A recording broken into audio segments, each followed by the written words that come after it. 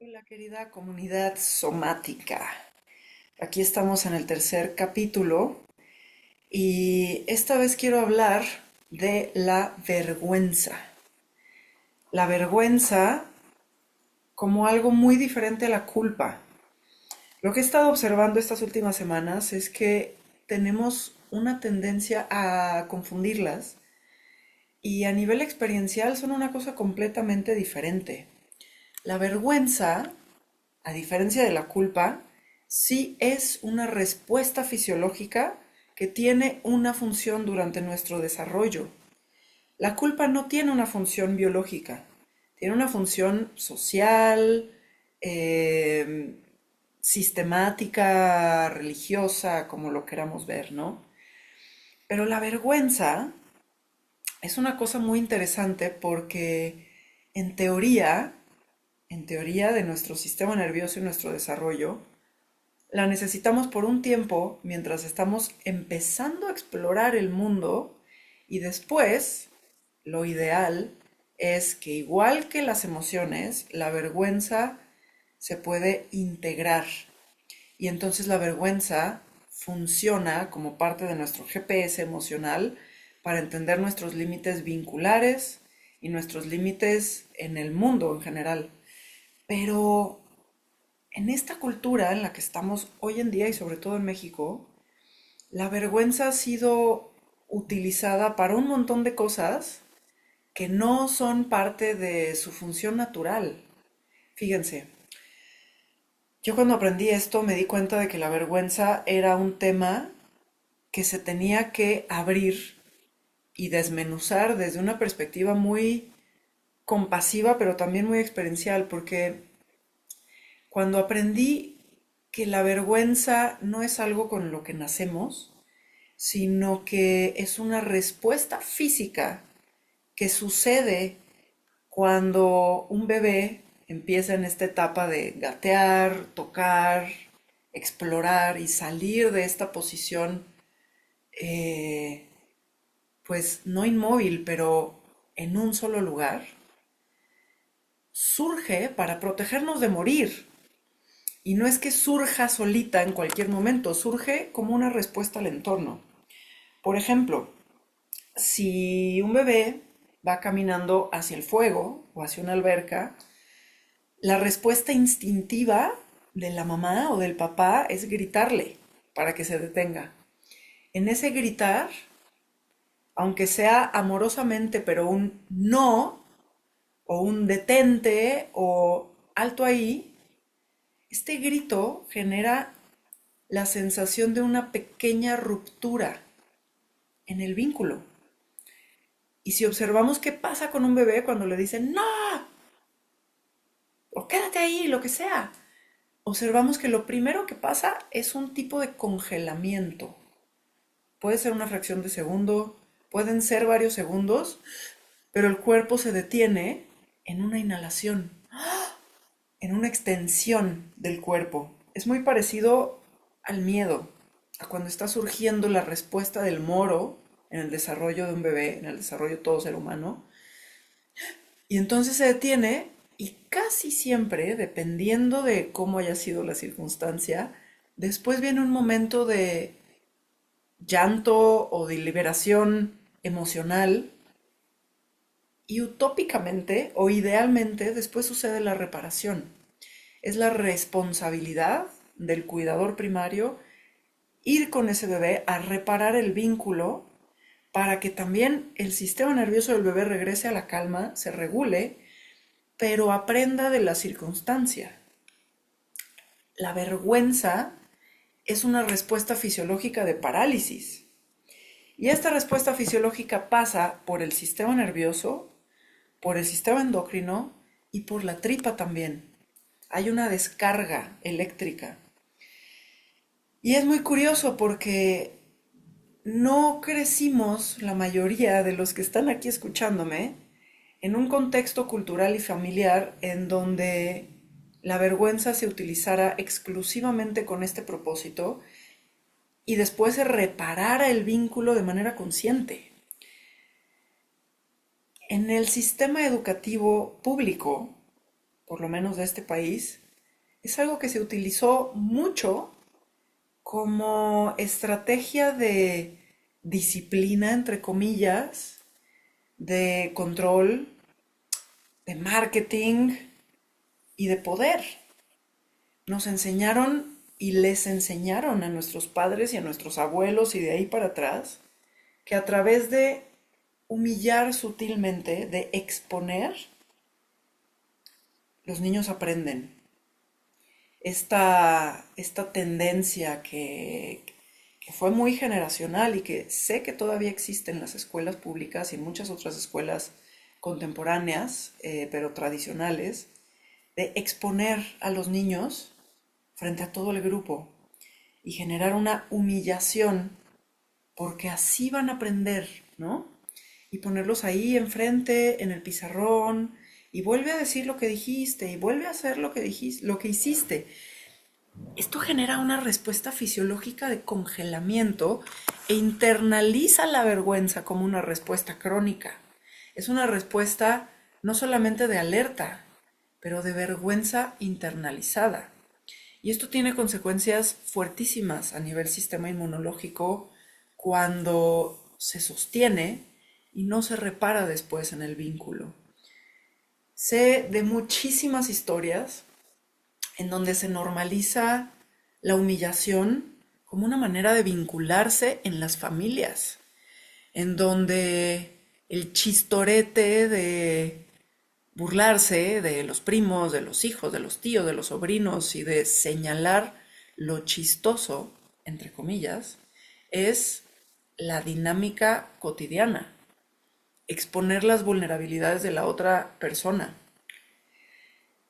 Y esto, pues yo pienso que sería súper interesante a nivel colectivo evaluarlo y a nivel individual ver cómo se siente eso genuinamente en mi cuerpo. Cuando yo estoy en una reunión familiar, si es que soy parte de estos linajes y de estas familias que utilizan pues la burla o la humillación sutil para relacionarse, observar qué pasa dentro de mí, qué pasa en mi pecho, qué pasa en mi estómago, qué pasa en mi intestino cuando esto sucede y si es algo que yo realmente considero que se siente bien, cómodo, abierto y relajado. Porque en mi experiencia y en mi práctica con otras personas, cuando estamos tratando de ir profundo a lo que se quedó cristalizado en forma de respuestas de trauma o de patrones repetitivos fuera de nuestro control o de reactividad, hay un guardián de las puertas de lo profundo que en casi todos los casos es la vergüenza. Y es una sensación física, no es una vergüenza consciente. Hay una protección de que algo que está allá adentro no sea descubierto. Porque si es descubierto, entonces nos van a cachar que no somos, quién sabe, ¿no? Suficientemente algo o que somos demasiado algo otro. Y pues es súper poderoso poder contactar con esta vergüenza y dejarnos ser vistos en un contenedor relacional seguro, como un contenedor terapéutico o una persona en quien realmente confío que puede estar con su presencia sin juicio conmigo, mientras yo puedo sentir esa vergüenza y permitir que se mueva en mí lo que sea que se tenga que mover cuando se está exponiendo, cuando está surgiendo la sensación. No sé si esto es suficientemente claro porque es algo que no pasa por la razón, es algo que pasa por el cuerpo y que genera unas sensaciones como de descargas eléctricas en la tripa, como mariposas en la panza, pero no necesariamente cómodas, tal vez habituales, pero no cómodas. Cuando podemos sentir estas mariposas y soltar la historia detrás, la historia en el momento, ¿no? La historia de, no, no, no, no, no, no, no, no, o la historia de que no me vean esta parte de mí porque, ¿qué va a pasar después? O la historia de, hay que seguir adelante, el miedo es un obstáculo. Todos tenemos nuestras historias y narrativas que alimentan la represión de la vergüenza en nuestro sistema nervioso y en todos nuestros tejidos, sobre todo en el sistema inmunológico.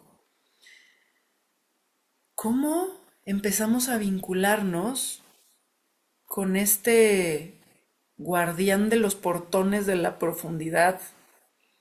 ¿Cómo empezamos a tocar la vergüenza y apropiarnos de ella? Y apropiarse no quiere decir hacer que permanezca ni que prevalezca por sobre todas las cosas. Apropiarse quiere decir observarla, aceptar que está ahí, aceptarme a mí que está ahí y permitir abrirle un espacio para que brote a mi conciencia, para que brote en mi cuerpo y yo pueda dejarme sentirla. Suena fácil, pero a veces ni siquiera está tan al alcance de nuestra conciencia. Pero cuando podemos permitir que brote nuestra vergüenza y podemos dejarnos ser vistos con ella, en ella, y llorarla o hacer lo que mi cuerpo tenga que hacer en ese momento, con lo que nos encontramos es con que no dura tanto. Son unos minutos de este estado. Es un túnel. Y del otro lado del túnel hay una gran liberación. Y la liberación no es solo por descargar algo que ha estado contenido en mi cuerpo. La liberación es porque termino realizando y dándome cuenta de que muchas de mis tensiones y mis manías y neurosis y reacciones inconscientes suceden en función de que no salga mi vergüenza, de que no se den cuenta de que yo siento esto, que no se den cuenta de mis defectos.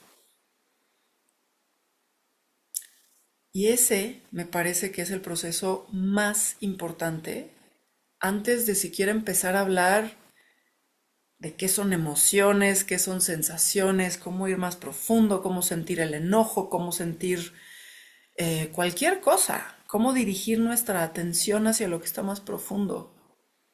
Hasta que no toquemos nuestra vergüenza y logremos exponernos a nosotros mismos, ante nosotros mismos, no necesariamente ante los demás todavía, en un primer paso. Yo pienso que hasta que eso no suceda, lo demás es todavía más abstracto. Y es importante también reconocer que en esta humanidad que somos, no hay emociones y sensaciones positivas y negativas, buenas y malas. Hay unas que nos son más incómodas y otras que nos son más agradables. Pero nuestra humanidad y nuestra biología tiene la capacidad y por lo tanto tiene un uso el poder sentir toda la gama de emociones y sensaciones que existen. Entonces, ¿por qué abstenernos de algunas y agarrarnos a otras? ¿Por qué cerrarle el camino al flujo, al río de esta energía? Porque en realidad todas estas emociones y sensaciones son en esencia energía que se mueve en mi cuerpo y que puedo tocar y sentir. No es algo abstracto, no es un concepto, es algo muy tangible. Y mientras más voy rechazando algunas y agarrándome a otras, más voy creando presas, estanques, represas adentro de mí y el flujo se detiene en algunos lugares. Y está bien si tengo presas adentro de mí. El punto es preguntarme si me sigue siendo vigente esta tensión que sostengo en alguna parte de mí para que no se vea esta otra parte de mí. Porque esa otra parte de mí no es aceptable. No se sabe por quién, pero a eso es a lo que me refiero con exponernos ante nosotros mismos. Y pues bueno, aquí les dejo la reflexión y la invitación a vincularnos con nuestra vergüenza desde un lugar de curiosidad, de espacio, de apertura, de contención amorosa, compasiva con nosotros y de humanidad. Gracias por su escucha y por su presencia y nos vemos en el próximo capítulo. Les dejo un abrazo. Hasta pronto.